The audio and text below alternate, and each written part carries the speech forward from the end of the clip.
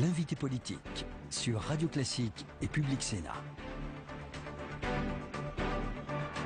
Je ne savais pas, mon cher Raymond, que vous vouliez travailler à Radio Classique et Public Sénat comme ça en marque, en mangeant les publicités ô combien nécessaires. Dieu que ce vocable est moche. Bonjour Gilles. Bonjour.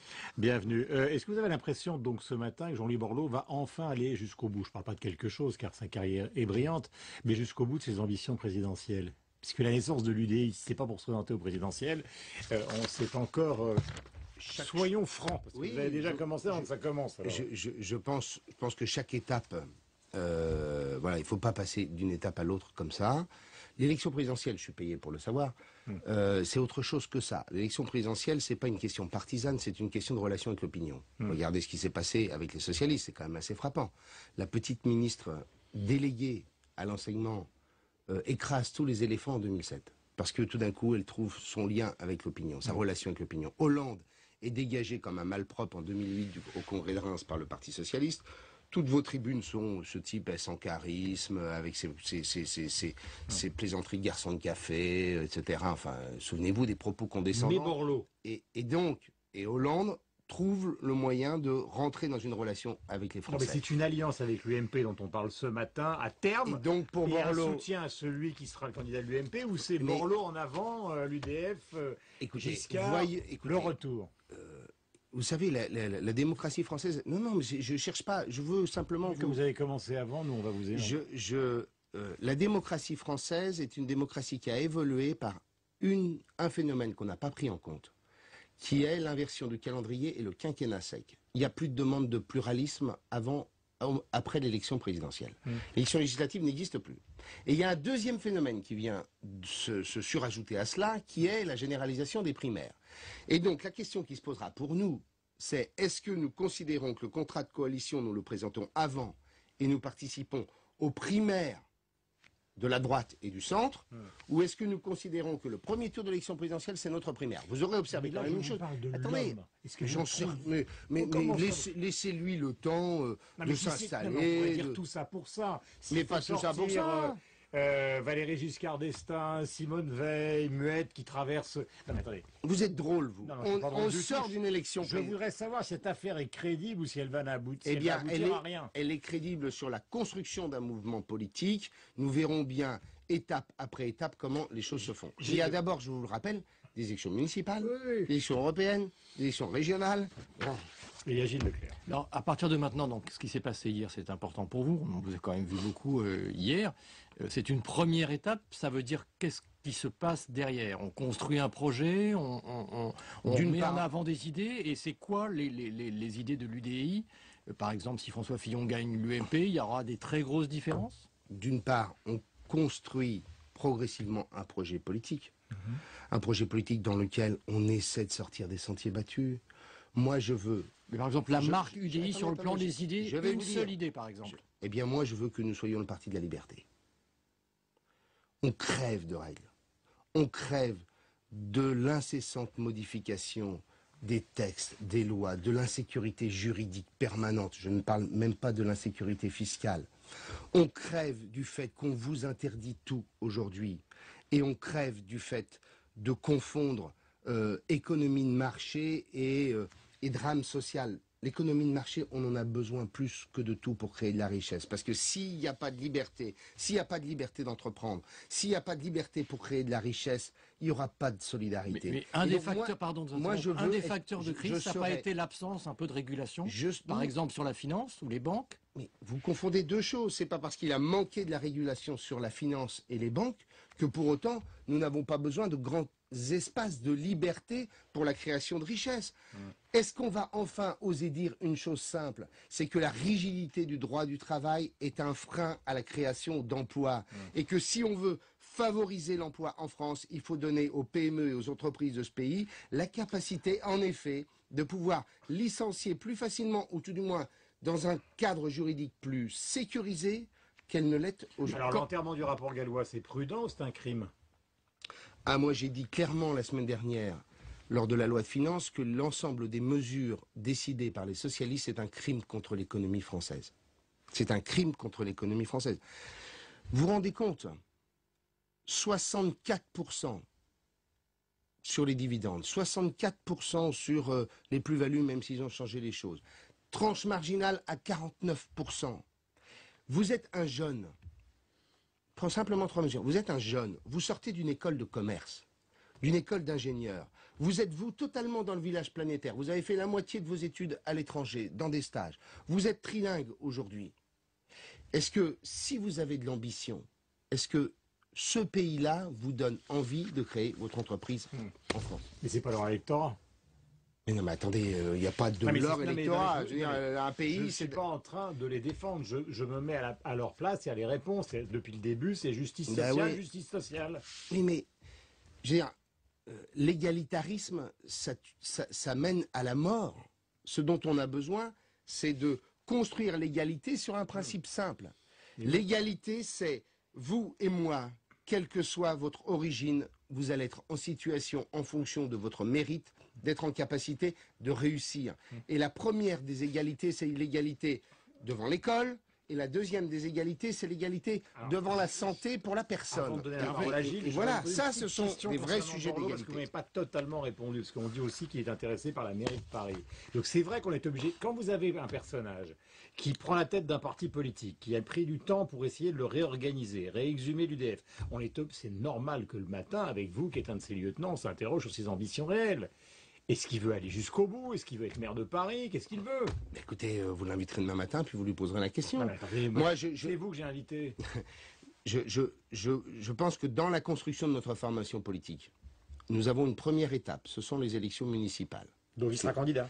Et je pense qu'il faut que nous puissions être en mesure de dire aux Français le centre est de retour. Et le centre Donc, il est sera de candidat à retour, Paris. il faut des élections, il faut des villes que nous gagnons, nous, parce que nous représentons une Donc il sensibilité sera politique. candidat à Paris. Et je pense qu'à Paris, ça lui appartiendra, et je pense qu'à Paris, le seul capable de gagner face aux socialistes, il s'appelle Borloo pour l'instant. Bah, vous voyez quand vous voulez. Non, mais je veux construire ma réponse, s'il vous plaît. Dans cette configuration-là, à quoi sert encore le nouveau centre? Ça va disparaître ou... Mais je pense que vous faites une erreur de réflexion en considérant que les centristes sont construits sur l'idée qu'il y a un chef et que tout décline comme ça.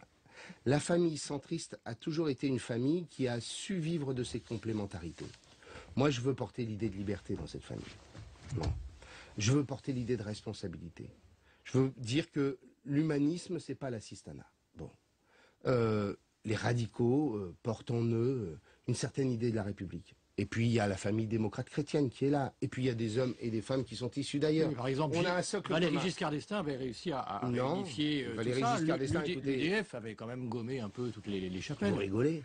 Enfin, elles existaient, mais enfin quand même. Elles existaient, mais elles avaient un socle commun qui faisait que lorsqu'il s'agissait d'aller ensemble unis face aux Français, on était en capacité de pouvoir défendre un certain nombre d'idées communes, notamment sur la construction européenne, etc., ou sur l'idée de la démocratie française. Bon.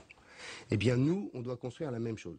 Notre menace, Gilles Leclerc, c'est pas les chapelles ou les différentes sensibilités libérales, démocrates, chrétiennes de l'UDI. Notre menace, elle est dans notre incapacité à effacer nos égos et, comment dire, et à ne pas jouer loyalement cette carte-là. Moi, je vais la jouer loyalement. Mais ne me demandez pas non plus de mettre des coups de couteau dans le nouveau centre demain matin, de foutre la barque par terre, pas question. Pour revenir au fond, quand même, vous aviez été très sévère, même dans un livre, à l'égard de Nicolas Sarkozy.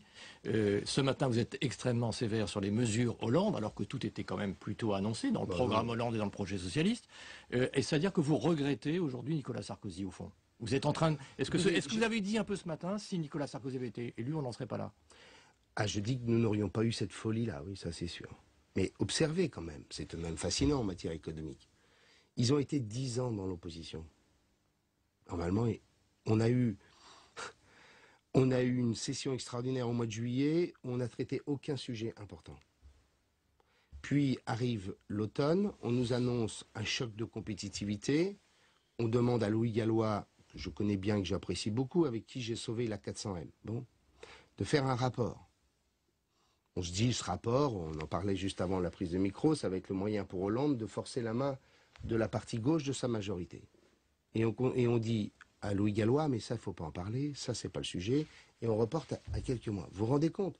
10 ans dans l'opposition pour ça, pour ne pas être capable de présenter 3 Une partie mesures. du rapport Attali a été enterrée parce que 3 chauffeurs de taxi poussaient des hurlements. Ouais, mais c'est pas parce que sur l'ouverture d'un certain nombre de marchés, 3000. l'ouverture d'un certain nombre de marchés, on n'est pas allé jusqu'au bout, que pour autant nous Vous n'avons n'avez rien pas fait. répondu à Gilles sur le président de la République passé, justement. Parce que c'est une question qui va se poser avec Jean-Louis Borloo dans l'avenir. Imaginons que Nicolas Sarkozy veuille revenir. Écoutez, Ils vont se retrouver face à face. Écoutez, enfin, il y a 4 ans et demi, hein, il va se passer beaucoup de choses. Ce que je sais, c'est que j'ai regretté c'est ça qui nous fait perdre d'ailleurs cette élection présidentielle. J'ai regretté son comportement au pouvoir dans la première partie. Il a beaucoup changé dans la deuxième. On s'est expliqué sur tout ça.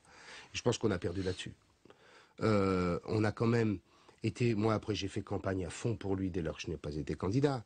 Je continue à penser qu'on a pris du retard sur un certain nombre de mesures et qu'aujourd'hui d'ailleurs, si on n'arrive pas à les mettre en œuvre, c'est parce que les socialistes ont été obligés de se présenter contre ces mesures. Prenons l'exemple de la TVA sociale.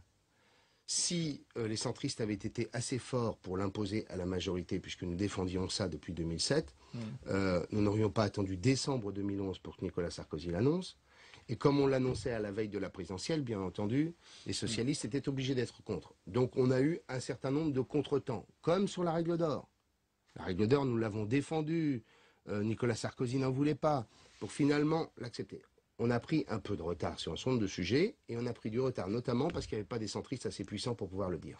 Il y a une personnalité dont nous n'avons pas encore parlé depuis le début de notre entretien, c'est François Bayrou. Vous l'avez au téléphone, vous voyez. Qu'est-ce que vous avez envie de lui dire aujourd'hui? Qu'est-ce que vous lui dites? Bonne retraite. Écoutez, je lui dis, c'est assez simple. C'est avec un point d'interrogation ironique. Je pense, François Bayrou est toujours sur l'idée que François Hollande, enfin je ne vais pas parler à sa place, mais ça se voit bien dans tous ses commentaires, il est très peu critique sur la politique gouvernementale, et donc très clairement, François Bayrou continue à penser que François Hollande va avoir besoin de changer sa majorité un jour ou l'autre, et qu'il l'ouvrira au centre Bayrou. Moi, je vois pas pourquoi les socialistes, qui sont un parti hégémonique, feraient ce genre de choses. Donc vous lui tendez la main quand même pour l'idée ou pas? Je lui dis, c'est simple, ta place est avec nous, dès lors que tu sais où tu te situes, où tu habites.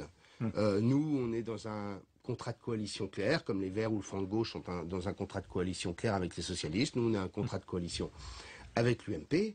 Si tu nous dis ça, ta place est avec nous, François. Dernier point qui est important, sur la tonalité, le vocabulaire. Tout à l'heure, vous disiez c'est un crime contre l'économie. Karl Lagerfeld a démenti avoir dit qu'il avait dit qu'il ne l'avait pas dit, mais il avait traité François Hollande d'imbécile. Une partie du patronat, avec l'histoire des pigeons, est quand même assez radicalisée. Est-ce que vous avez l'impression, parce que vous avez quand même une expérience des mandatures, que là, pardonnez-moi de vous demander d'être court, il se passe quelque chose qui est quand même plus violent dans le rapport de force que ça n'a été jusqu'à présent?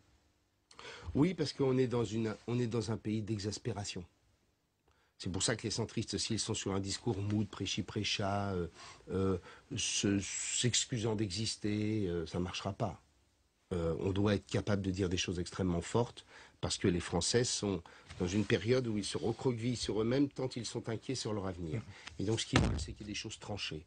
Et ils ont le sentiment que François Hollande est en train de mener une politique qui est celle d'un radical de la 4ème République. Merci Hervé Morin d'être venu en direct ce matin donc sur l'antenne de Radio Classique et de Public Sénat. Et nous nous retrouvons évidemment demain avec